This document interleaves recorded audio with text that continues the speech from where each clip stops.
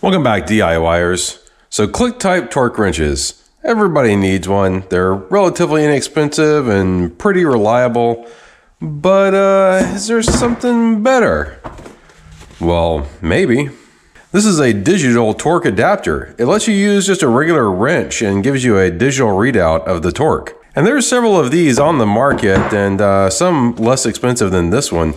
But I chose this one because it also measures angle.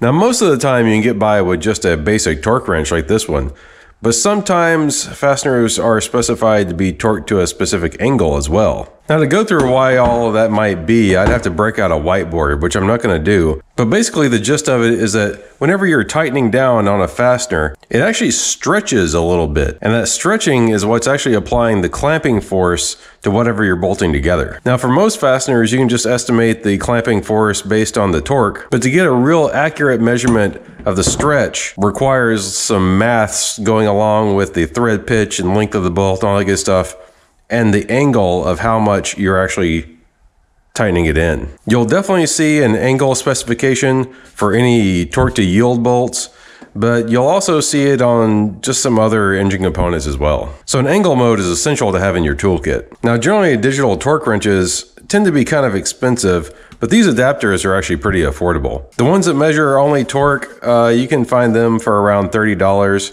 This one was about $15 more than that, just because it has this angle mode. Let's check out the specifications on this bad boy. It uses a 1/2-inch drive. It can measure an angle of 1 to 720 degrees. The accuracy is plus or minus 2%, and it can measure 25 to 250 foot-pounds. Let's see what she looks like. Comes with a cool little case here.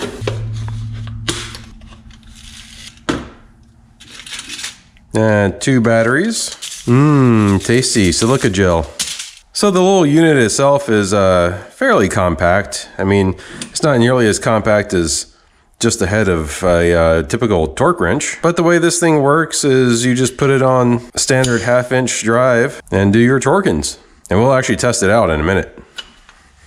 Oh, that's kind of cool. It comes with a certificate of calibration from Tommy Lee.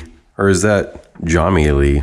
The instructions seem pretty clear, but I find it a little odd that they don't say how to enter angle mode on here. We'll get that figured out when the time comes. To put the batteries in, you have to unscrew this little back plate here. Those little screws do fall out, so watch out. And it actually needs both of these batteries. This is kind of interesting right here. It looks like we have a jumper of some kind and a few pins, and it looks like it says interface in there. I wonder if you could hook this up to some sort of logging device or something. That'd be kind of cool. Anyway, we just put both the batteries in like this. You gotta bend open that little springy-do thing right there. Let me just pop the cover back on, drop the screw a few times. All right, we can take this little protector thingy off and hit the power button. All right, change of venue. So when you first turn this thing on, it's gonna start saying 0000 over and over and over again. You actually have to set it down on a flat surface and then it'll calibrate itself. It has 3 modes as indicated over here by a P, a T, and an A. And you just switch between them using the arrow keys here. P is for peak torque. It'll display the highest torque rating that it measures. T is for tracing. It shows the torque in real time. And the A is for angle mode. When you first power this thing on, it's reading in Newton meters. And to change that, you just hold down the power button for a couple seconds, and then to switch units, you just hit that power button again until you get to the one you want. It'll do foot-pounds and also inch-pounds for us Americans. So I'm going to put it in foot-pounds right now. Now this number that it's showing right here is the torque alarm. And you can just press and hold the arrow buttons and set it wherever you want. I think we're going to go to 65 foot-pounds here. And just wait a second, and it saves that value. So now that alarm should beep whenever we get to 65 foot-pounds. Let's test it out. Now to use this thing as a torque wrench, all you have to do is put your socket on it and connect it to a wrench. So as you start getting close to the torque reading, it beeps at you. And then when you actually hit it, it beeps a solid tone. And since we had it in peak mode right there, you can see that we got up to 65.3 foot-pounds. You never need to use the angle measurement on some wheel bolts, but we're going to use the wheel bolts to test it out. To use the angle feature, first you have to set the torque alarm for the base torque setting. Now that the torque is set, we'll switch it into angle mode and then go into the settings. And here we'll set the amount of angle, and I'll put it to 55. That's just an arbitrary number. Now let's see how that works. I went back and set the torque to 35 foot-pounds and the angle to 20 degrees, as that's a little bit better for these wheel bolts. Now as we tighten the bolt, once it reaches the torque that we set, it'll start measuring the angle.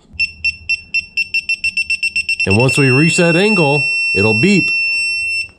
And it'll even give you a display of the peak torque that you achieved with that angle as well. That's pretty cool. Now let's see how accurate this thing is. Or maybe we're testing how accurate my cheap little torque wrench is here. I have both of these set on 75 foot-pounds.